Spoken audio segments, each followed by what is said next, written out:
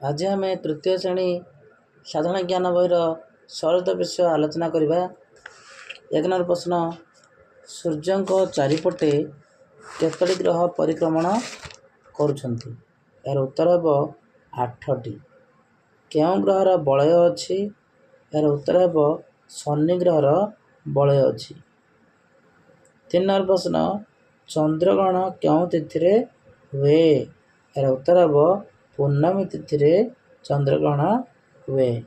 4 number प्रश्न, सूर्यपराग केउं तिथि रे हुए? यार उत्तर हेब अमावास्या।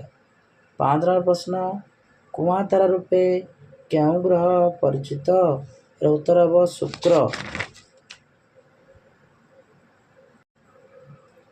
6 नंबर प्रश्न,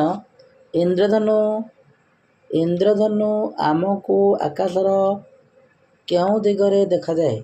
यार उत्तर हेब सूर्यंकर विपरीत दिगरे। 7 नंबर प्रश्न, चंद्र आलोक आमको काहींकी शीतल लगे? यार उत्तर हेब सूर्यंकर प्रतिफलित रश्मि।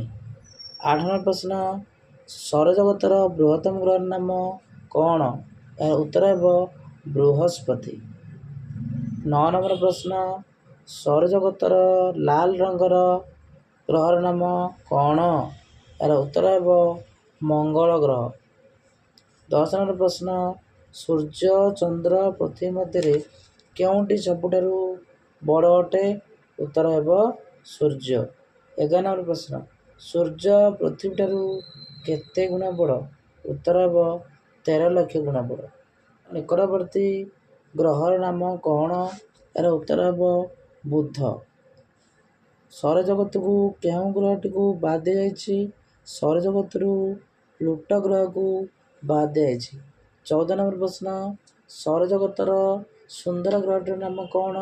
उत्तर बृहस्पति। पृथ्वीर उपग्रह नाम कौन?